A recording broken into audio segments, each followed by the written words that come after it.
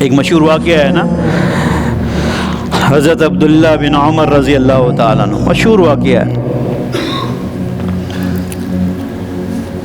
ایک جنگل کی طرف جا رہے ہیں اور وہ سفر کر رہے ہیں، دیکھتے ہیں تو ایک یعنی کہ بکری، وہ جو ہوتا ہے نا چڑھاتے ہیں بکریوں کو، کسی اور کی بکری ہوتی ہے، اس کو سال بھر پالتے ہیں، اور پھر جب سال پورا ہوتا ہے تو ان کی بکریاں انہیں دے دیتے ہیں، پھر وہ کاروبار کرتے ہیں یا بیچتے ہیں۔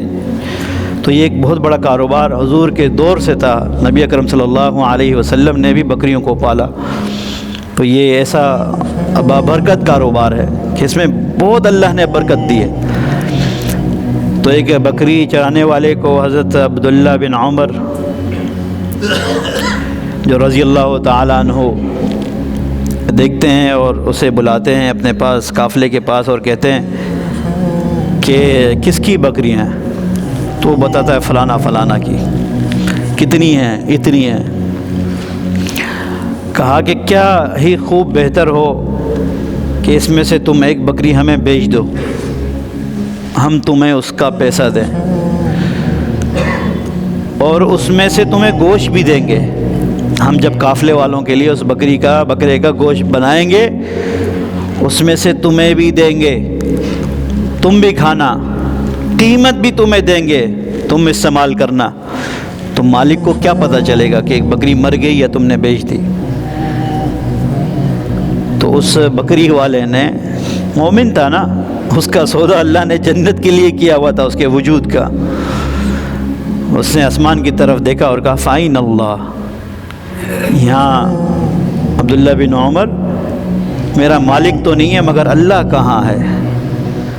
اللہ کہاں چلا گیا کہ تم مجھ سے یہ بات کر رہے ہو، اور مجھ سے یہ تم نے یہ امید لگائی ہے میں کہ تمہیں یہ بکری دے دوں گا؟ بس یہ لفظ کہا فعین اللہ، آنکھوں میں آنسو لے کر وہاں سے روانہ ہو گیا۔ حضرت عبداللہ بن عمر رضی اللہ تعالیٰ عنہ کو ان کا یہ عمل اتنا پسند آیا کہ اس مالک کے پاس گئے اور کہا میں نے تمہارے جو بکریاں چڑھانے والا ہے جو ہے نا چرواہا، اس کی ساری بکریاں میں خریدنے کو تیار ہوں، جو منہ کی قیمت بولو خریدوں گا۔ انہوں نے کہا ٹھیک ہے۔ کہا مگر شرط یہ ہے کہ وہ جو چرواہا ہے وہ بھی مجھے دینا پڑے گا۔ بکریاں لینا مقصد نہیں تھا، مقصد اس انسان کی ایک صفت کو اتنا محبوب بنا لینا تھا کہ اللہ کے لیے نہ اس کا مالک ہے نہ کوئی دیکھ رہا ہو، چراتے ہوئے مر جاتی ہوں گی بکریاں، مر گئی ہوں گی بہت ساری، اگر اس نے وہ جملہ کہا فائن اللہ کہ اللہ کہاں ہے کہ ہم یہ جو سودا کر رہے ہیں دھوکے کا، مالک تو نہیں ہے مگر جو حقیقی مالک ہے وہ کہاں ہے، فائن اللہ۔ تو بکریاں بھی خریدی، چرواہا بھی لیا، پھر اس چرواہا کے پاس گئے، کہا میں نے یہ ساری بکریاں تیرے مالک سے خرید لیے ہیں، یہ ساری بکریوں کا میں تجھے مالک بناتا ہوں، میں تجھے یہ ساری بکریاں تحفہ کرتا ہوں، آج سے تو اس کا مالک ہے، اور تو غلام ہے، تجھے میں آج اپنی غلامی سے آزاد بھی کرتا ہوں۔ اور اس شخص نے اس کا کیا عمل پسند کیا؟ سچ بولنا۔ ایک جنت میں جو جھوٹ نہیں ہے، اس ایک عمل کو انسان نے پکڑا اور کتنی بکریوں کا مالک بن گیا، اور لوگوں کے دلوں میں کتنی محبت پیدا ہو گئی اس کی۔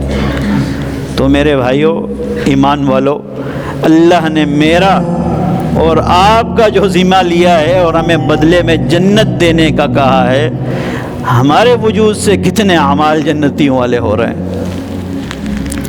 کون جھوٹ نہیں بول رہا؟ تھوڑے سے معاملے کے لیے، تھوڑی سی چیزوں کو بیچنے کے لیے۔ تو خدا را ہمارا تو بدلہ جنت تھا، اگر ہماری وہ زندگیوں میں جھوٹ ہی جھوٹ ہوگا تو پھر تو ہم خسارے میں ہیں۔ ایمان تو ہمارے پاس ہے، پر ایمان کے بعد جو والعصر ان الانسان لفی خسر، خسارے میں انسان ہے، اس کی جو 4 شرطیں ہیں اس میں سے دوسری تو ہمارے اندر پائی نہیں جا رہی۔ وعملوا الصالحات، نیک اعمال تو ہمارے اندر ہے ہی نہیں جس کے ذریعے سے ہم نے جنت کو پانا ہے، جنت کے طلبگار بننا ہے۔ مسئلہ تو یہ ہے جنت کے طلبگار کون ہیں؟ جنت کی طلب کب کرتے ہیں ہم؟ ہمارے اعمال جنت کو پانے کے لیے، اللہ کی رضا کے لیے۔ بہت سے اچھے لوگ ہوں گے مگر بہت کم، قلیل، اللہ نے بھی کہا ہے نا، بہت سے کم لوگ ہوں گے جو میرا شکر ادا کریں گے، عبادت کریں گے۔ باقی تو ہم وہ شکر کرنے والوں کے ساتھ جھک رہے ہیں، اٹھ رہے ہیں، وہ ریموٹ کی طرح آٹو پہ لگے ہوئے ہیں، نیکی کر رہے ہیں، نماز پڑھنے آئے ہیں تو امام صاحب آئیں گے، محلے والے جا رہے ہیں، بڑے بھائی جا رہے ہیں، میں بھی ساتھ چلا جاؤں، آفس والے جا رہے ہیں، چلو تھوڑا ساتھ جھک لیں، اٹھ لیں، بیٹھ لیں۔ مگر وہ حقیقتیں جو روحانیت عبادت کی، جو اللہ کی رضا اور جنت کے شوق میں عبادت کرنے والے، اللہ کو خوش کرنے والے، آپ دیکھو ہماری دعاؤں میں جنت کا ذکر نہیں ہوتا،